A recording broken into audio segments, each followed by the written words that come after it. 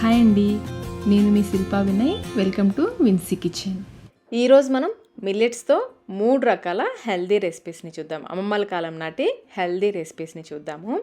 ఆడవారి నడుం బలానికి ఈ 3 రెసిపీస్ కూడా చాలా చాలా మంచిదండి. కనీసం వారంలో ఒక్కసారైనా కానీ ఇలా చేసుకొని తినడానికి ట్రై చేయండి. ఇంకా ఆడపిల్లలు మెచ్యూర్ అయినప్పుడు పీరియడ్స్ టైంలో ఇలాంటి ఫుడ్ పెట్టడం వల్ల వాళ్ళు చక్కగా స్ట్రాంగ్గా తయారవుతారు. ఆడవాళ్ళు అనే కాదండి, మగవారు కూడా హ్యాపీగా తినొచ్చు. వయసుతో సంబంధం లేకుండా పిల్లలు, పెద్దవాళ్ళు ఎవరైనా సరే హ్యాపీగా తినొచ్చు. చాలా చాలా హెల్దీ. ముందైతే మనం జొన్నలతో చేసే ఈ పిట్టుని ఎలా తయారు చేసుకోవాలో చూద్దాము. ఇక నేను 2 కప్పుల జొన్నలు తీసుకున్నాను. మీరు పచ్చ జొన్నలైనా తీసుకోవచ్చు, తెల్ల జొన్నలైనా తీసుకోవచ్చు. 1కి 2 సార్లు శుభ్రంగా కడిగేసి 8 నుంచి 10 గంటల పాటు నానపెట్టుకోవాలి. నేను రాత్రి అంతా నానపెట్టేశాను. నెక్స్ట్ డే మార్నింగ్ అంతా చూడండి జొన్నలు చక్కగా నానిపోయాయి. ఇందులో నీళ్ళన్నీ వంపేసి ఒక జాలి గిన్నెలో వేసేసుకొని నీళ్ళన్నీ వడారనివ్వాలి. ఒక 10 నిమిషాల పాటు పక్కన పెట్టేసుకోండి. నీళ్లు పూర్తిగా వడారిన తర్వాత మిక్సీ జార్లో వేసుకుని మధ్య మధ్యలో ఆపుకుంటూ కొంచెం బరకగా ఉండేలాగా గ్రైండ్ చేసుకోవాలి. కొంచెం లైట్గా రవ్వలాగా తగలాలి. మరి ఎక్కువగా మనం జొన్న సంగటికి గ్రైండ్ చేసుకుంటాం కదా, అలా కాకుండా కొంచెం లైట్గా బరకగా గ్రైండ్ చేసుకోవాలి. ఇప్పుడు ఈ పొడిని ఒక మిక్సింగ్ బౌల్లోకి వేసేసుకోండి. ఇందులో కొంచెం సాల్ట్, 1/2 టీ స్పూన్లో సగం సాల్ట్ వేసుకుని సాల్ట్ ఇందులో బాగా కలిసేలాగా కలుపుకోవాలి. ఇప్పుడు జాలి గిన్నెలో ఒక తడి కాటన్ క్లాత్ని కానీ కర్చీఫ్ని కానీ వేసేసి ఈ పిండిని ఇందులో వేసేసుకోవాలి. పిండిని ఈ విధంగా కొంచెం అదివినట్లుగా చేయాలి. మీరు ఈ విధంగా ఆవిరి మీదైనా ఉడికించుకోవచ్చు, లేదంటే ఇడ్లీ ప్లేట్లో కూడా ఈ పిండిని కొంచెం కొంచెం ఆ గుంటల్లో వేసేసుకొని కూడా ఉడికించుకోవచ్చు. స్పూన్తో ఈ విధంగా మధ్యలో హోల్స్ పెట్టామంటే చక్కగా ఉడుకుతుంది. ఇప్పుడు అడుగు మందంకల ఒక గిన్నెలో 1 లీటర్ వరకు నీళ్లు పోసుకోవాలి. ఇక్కడ నేను కుక్కర్ తీసుకున్నానండి. మీరు అడుగు మందంకల ఏదైనా గిన్నె తీసుకోవచ్చు. నీళ్ళని మరిగించుకోవాలి. నీళ్ళు ఇలా మరుగుతున్నప్పుడు ఈ గిన్నెని ఇందులో పెట్టేసి మిగిలిన క్లాత్తో ఈ పిండి అంతటిని కవర్ చేసేసుకోవాలి. ఆవిరి బయటికి పోకుండా దీనికి సరిపడా కరెక్ట్ మూతని పెట్టేసి 20 నుంచి 25 నిమిషాల వరకు మీడియం ఫ్లేమ్లో ఉడికించుకోవాలి. నేను కొంచెం గ్యాప్ ఉంటే చిన్న పేపర్ ముక్కతో క్లోజ్ చేసేసాను. ఇది ఉడికేలోపు 4 యాలకులు, అలాగే ఒక చిన్న చిప్ప ఎండు కొబ్బరి చిన్న ముక్కలుగా కట్ చేసి వేసుకుని కచ్చాపచ్చాగా దంచుకోవాలి. మీరు కావాలంటే మిక్సీలో కూడా గ్రైండ్ చేసుకోవచ్చు. చూడండి, ఈ విధంగా దంచుకొని పక్కన పెట్టేసుకోండి. ఒకసారి జొన్న పిట్టు ఉడికిందో లేదో చూద్దాము. మధ్య మధ్యలో నీళ్లు కూడా చూసుకుంటూ ఉండాలండి. నీళ్ళు అయిపోతే కనుక కొంచెం పోసుకోవచ్చు. పిట్టు అయితే నాకు చక్కగా ఉడికిపోయింది.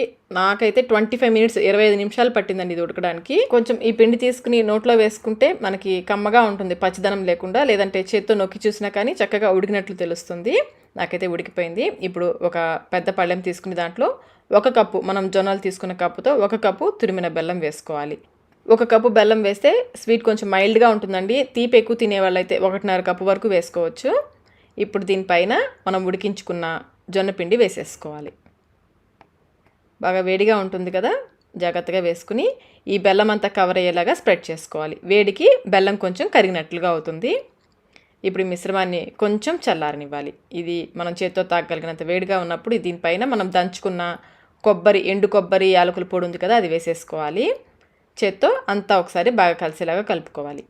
బెల్లంని కొంచెం బాగా సన్నగా తురిమి వేసుకోండి, లేదంటే గడ్డలుగా ఉండిపోతుంది. ఎక్కడైనా చిన్న చిన్న గడ్డలుగా ఉన్నాయి అనిపిస్తే చేత్తో మ్యాష్ చేసేసుకోండి. వేడికి కరిగే ఉంటాయి. మ్యాష్ చేసేసుకుంటే చక్కగా కలిసిపోతాయి. ఇలా బాగా కలిపేసుకుని ఇందులో నెయ్యి వేసుకోవాలి. నేనైతే 3 టేబుల్ స్పూన్ల నెయ్యి వేశాను. మీకు రుచికి తగ్గట్టుగా నెయ్యి వేసుకోవచ్చు. కొంచెం ఎక్కువైనా వేసుకోవచ్చు, కొంచెం తక్కువైనా వేసుకోవచ్చు. మీ రుచికి తగ్గట్టుగా నెయ్యి వేసుకోండి. నెయ్యి వేసేసి అంతా బాగా కలిసేలాగా కలుపుకోవాలి. అంతేనండి, జొన్న పిట్టు రెడీ అయిపోయింది.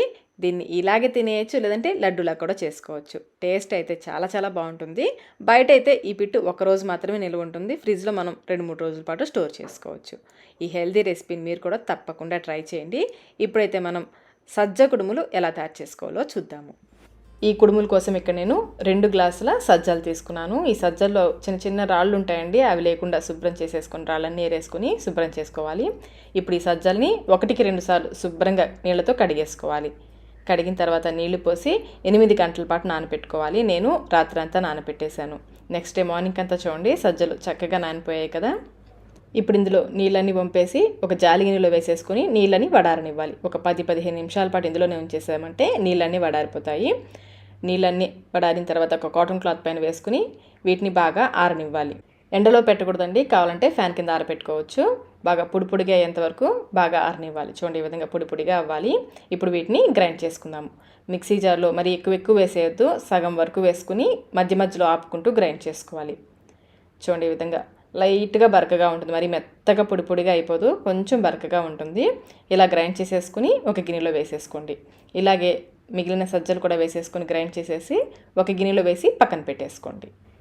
ఇప్పుడు స్టవ్ పైన ప్యాన్ పెట్టేసుకుని మనం ఏ గ్లాస్తో అయితే సజ్జలు తీసుకున్నామో అదే గ్లాస్తో ఒక గ్లాసు తురిమిన బెల్లం, 2-3 టేబుల్ స్పూన్లు, పావు గ్లాస్ కంటే కూడా కొంచెం తక్కువ నీళ్లు పోసుకుని ఈ బెల్లాన్ని కరిగించుకోవాలి. పాకమేమీ అవసరం లేదు, బెల్లం కరిగితే సరిపోతుంది. బెల్లం ఈ విధంగా పూర్తిగా కరిగిన తర్వాత ఇప్పుడు ఇందులో పావు కప్పు సన్నగా కట్ చేసుకున్న కొబ్బరి ముక్కలు, పచ్చి కొబ్బరి అయినా పర్లేదు, ఎండు కొబ్బరి అయినా వేసుకోవచ్చు. ఇంకా మీరు కావాలంటే ఎక్కువ కూడా వేసుకోవచ్చు. అలాగే 5-6 యాలకుల్ని మెత్తగా పొడి చేసుకుని వేసుకోవాలి. 1 స్పూన్ నెయ్యి కూడా వేసేసి అంతా ఒకసారి బాగా కలిసేలాగా కలుపుకోవాలి. మెచ్యూర్ అయిన ఆడపిల్లలకి పెట్టే పనికైతే పచ్చి కొబ్బరి వేయకండి, ఎండు కొబ్బరి ముక్కలు వేసుకోవాలి. ఇలా బాగా కలిపేసుకుని మనం గ్రైండ్ చేసుకున్న సజ్జపిండి ఉంది కదా, అది వేసేసుకోవాలి. ఈ బెల్లం నీళ్ళలో సజ్జపిండి బాగా కలిసేలాగా కలుపుకోవాలి. మీరు బాగా తీపి ఎక్కువ తినేవాళ్ళైతే ఇంకొక పావు కప్పు బెల్లం ఎక్కువ వేసుకోవచ్చు, కానీ ఇవి మైల్డ్ స్వీట్తోనే, లైట్ స్వీట్తోనే బాగుంటాయి. ఎక్కడ కూడా ఉండలు లేకుండా బాగా కలుపుకోవాలి. చూడండి, పల్చగా ఉన్నట్లుంది కదా, ఇలాగే కలుపుకుంటూ ఇది కొంచెం దగ్గర పడేంత వరకు లో ఫ్లేమ్లోనే ఉడికించుకోవాలి. అడుగు నుంచి తీసుకుంటూ కలుపుకోండి. ఇది ప్యాన్ నుంచి సపరేట్ అయ్యేంత వరకు, చూడండి ఈ విధంగా ప్యాన్ నుంచి సపరేట్ అయ్యేంత వరకు ఉడికించుకోవాలి. లో ఫ్లేమ్లోనే ఉడికించుకోవాలి. ఇలా ఉడికించుకుని స్టవ్ ఆఫ్ చేసేసి ఈ మిశ్రమాన్ని పూర్తిగా చల్లారనివ్వాలి. ఇది పూర్తిగా చల్లారిన తర్వాత ఒకసారి బాగా కలిపేసుకుని ఒక ముద్దలాగా చేసుకోవాలి. ఇప్పుడు చేతికి కొంచెం నెయ్యి రాసుకుని కొంచెం కొంచెం ఈ మిశ్రమాన్ని తీసుకుని కుడుములాగా చేసుకోవాలి. చూడండి ఈ విధంగా కొంచెం గట్టిగా ప్రెస్ చేస్తూ పొడవుగా చేసుకుని పిడికిల్ని కొంచెం గట్టిగా ప్రెస్ చేసామంటే చక్కగా చూడండి కుడుములాగా వచ్చేస్తుంది.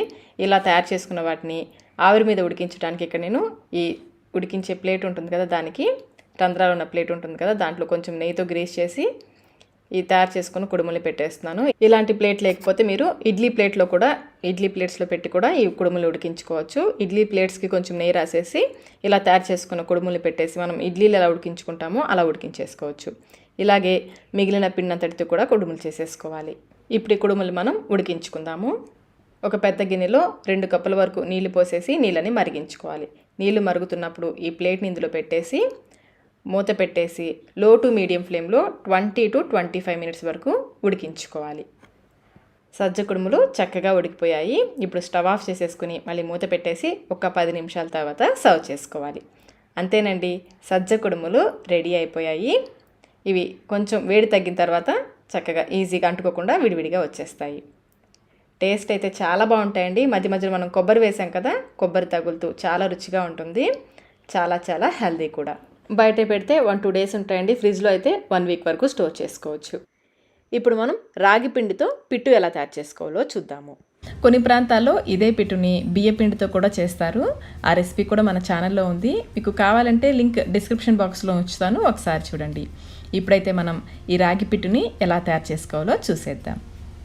ఇక్కడ నేను 1 కప్పు రాగి పిండి తీసుకుంటున్నాను. రాగి పిండిని ఒక ప్లేట్లోకి వేసేసుకోవాలి.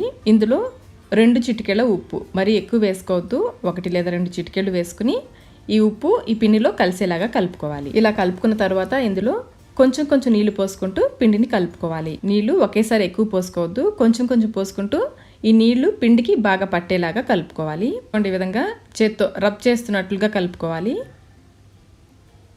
రాగి పిండి ఫ్రెష్ది అయితే కొంచెం తక్కువ నీళ్ళు పడతాయండి. పాత పిండి అయితే పిండి బాగా డ్రైగా ఉంటుంది కదా, కొంచెం నీళ్ళు ఎక్కువ పడతాయి. ఇలా కొంచెం కొంచెం చూసుకుంటూ పిండి కలుపుకోవాలి. పిండిలో నీళ్ళు తక్కువయ్యాయంటే సరిగ్గా ఉడకదండి. సరిపడా నీళ్ళు కొంచెం కొంచెం పోసుకుంటూ కలుపుకోవాలి. చూడండి, పిండి కలిపాక ఈ విధంగా ఉంటుంది. మనకి చేతికి చల్లగా తగులుతుంది పిండి. అలాగే కొంచెం పిండిని తీసుకుని ముద్ద చేసామంటే చక్కగా ముద్దలాగా అవ్వాలి. అలాగే బ్రేక్ చేసామంటే ఈజీగా బ్రేక్ అయిపోవాలి. ఈ విధంగా పిండిని కలుపుకోవాలి. నాకు 1/2 కప్పు కంటే కూడా కొంచెం తక్కువ నీళ్ళే పట్టాయండి. అందరికీ ఇన్ని నీళ్ళు పట్టాలని లేదు, చూసుకుంటూ నీళ్ళని కలుపుకోండి. కలుపుకున్న తర్వాత పిండిని ఈ విధంగా 2 చేతులతో రబ్ చేస్తూ కలుపుకోవాలి. పిండి ఉండలుండలుగా ఉంది కదా, అవన్నీ కూడా చక్కగా బ్రేక్ అయ్యి పొడి పొడిగా అవుతుంది. ఈ విధంగా పిండిని కలుపుకొని పక్కన పెట్టేసుకోండి. ఒక జాలి గిన్నెలో కాటన్ క్లాత్ని తడిపేసి ఈ విధంగా 2 పొరల మీద వేసుకోవాలి. ఇప్పుడు ఇందులో మనం తయారు చేసుకున్న రాగి పిండిని వేసుకోవాలి. ఇప్పుడు ఈ మిగిలిన క్లాత్తో ఈ పిండిని కవర్ చేసేసుకోవాలి. ఇప్పుడు ఒక అడుగు మందం గల గిన్నెలో 1 లీటర్ వరకు నీళ్లు పోసుకోవాలి. నేనైతే కుక్కర్లో ఉడికిస్తున్నాను. నీళ్ళు ఇలా మరుగుతున్నప్పుడు ఈ జాలిగిని ఇందులో పెట్టేసుకోవాలి.